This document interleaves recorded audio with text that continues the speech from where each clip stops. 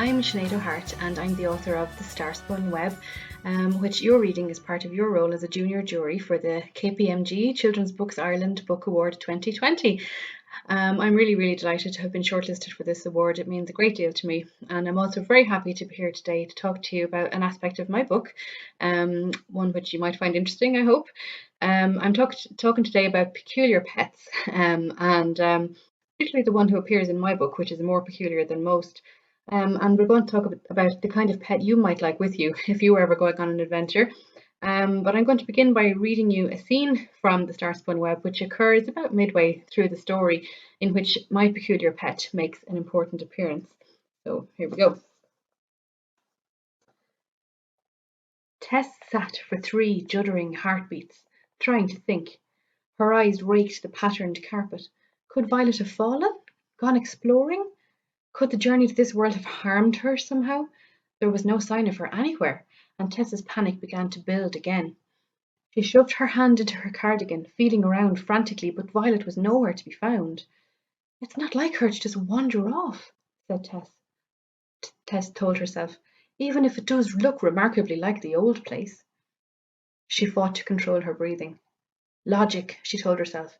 Come on. She squeezed her eyes shut and began to flick through the things she knew for sure, one by one. There is more than one reality. I have the star spinner, which lets me see between worlds and maybe do more than that. I used to be able to go from world to world as a kid until I forgot about it. Her eyes popped open, and I forgot about it because of Violet.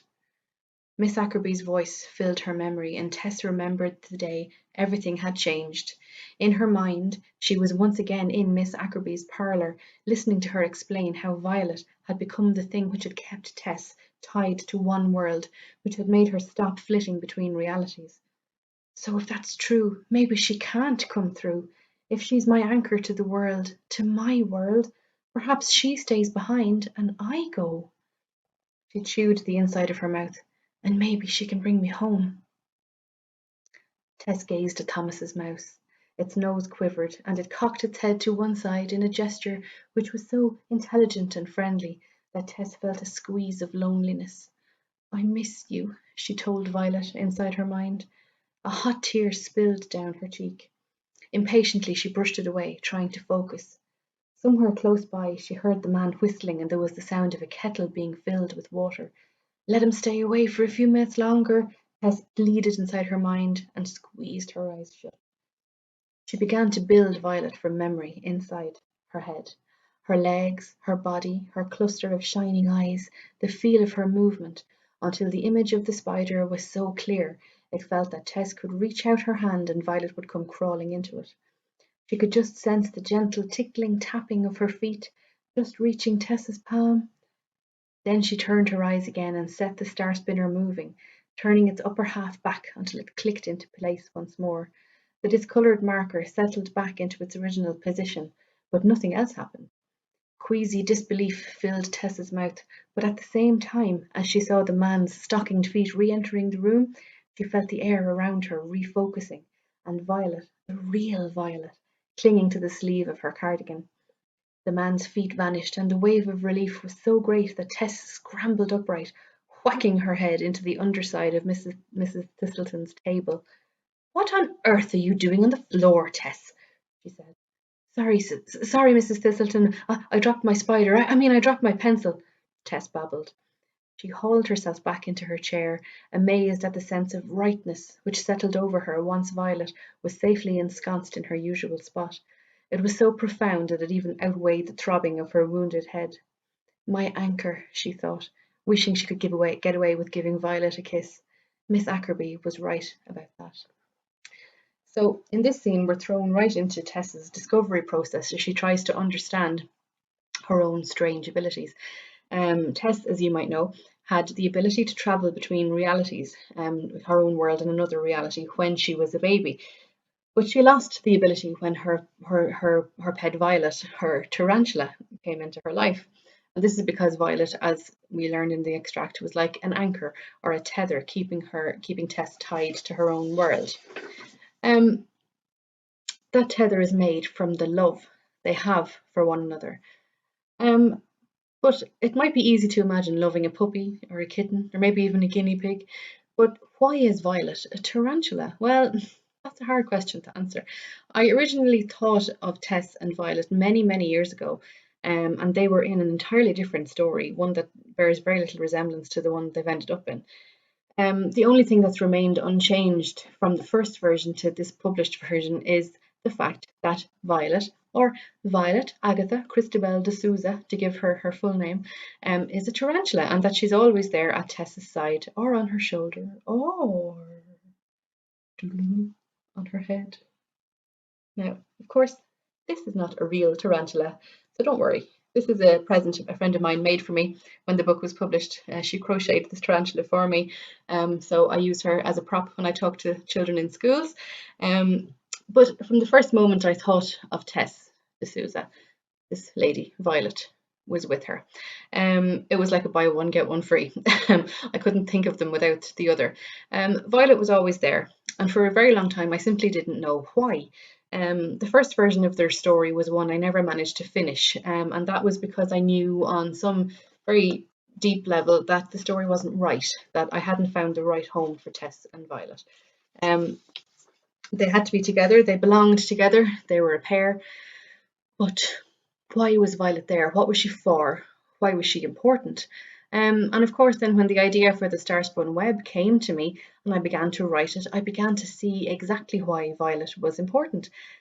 She had a vital role in Tess's life and in the plot of the story. And certain aspects of her, mostly the fact that she was small and that she was portable, and that she was not very cuddly, and in some respects as well that she was quite fragile, because tarantulas, even though they get a bad rap, they're actually quite fragile in some ways. Um, and it began to all make sense.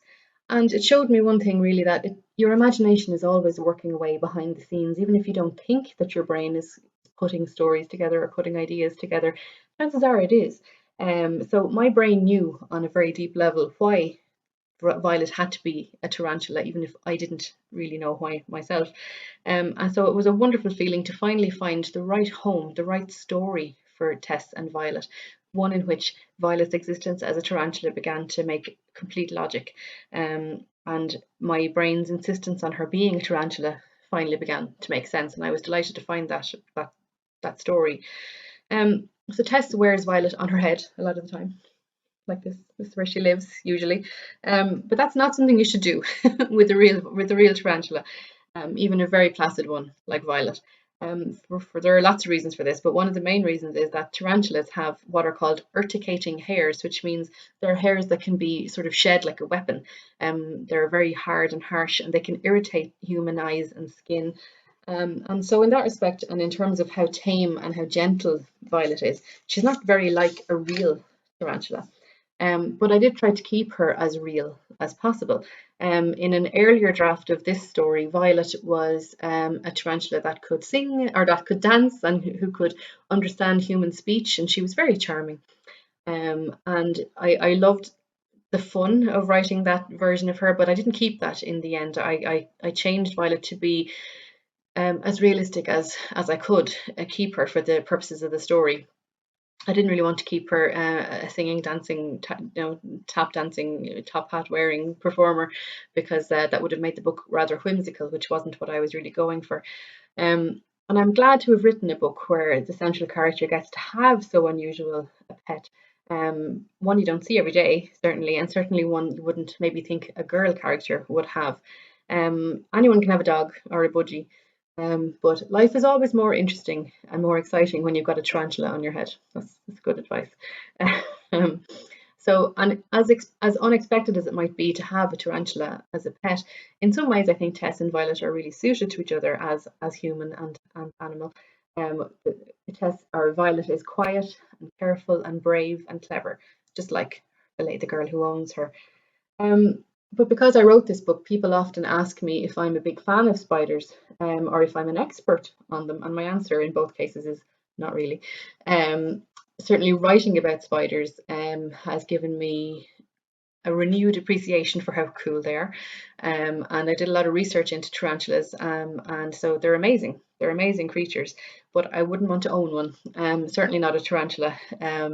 I would not be a fan of having them too close to me, but I do appreciate them as a species. They're amazing. Um, Research is one of the most interesting things, one of the most wonderful things about being an author. Is one of the things I enjoy the most. Um, and I'm sure that many of you have read M.G. Leonard's Beetle Boy trilogy. If you haven't, get on that because they're great books. And I agree with M.G. Leonard on one thing, which is that some animals get a terrible deal in fiction. In her case, she took the much misunderstood beetle as her focus, and the direly misunderstood spider. So my poor old Violet is my attempt to sort of redress the balance, and give the spiders their day in the limelight, same way that M.G. Leonard did with beetles in her books. So now we've talked a bit about tarantulas and why I chose to write about one, or why my brain chose for me. I'll turn things over to you. What sort of strange or peculiar pet would you like to have beside you if you were going on a life-changing adventure? Um, uh, which one would you like to have even in your everyday life? And another question I want to ask you is, why do you think so many authors choose to give their characters animal sidekicks or animal companions?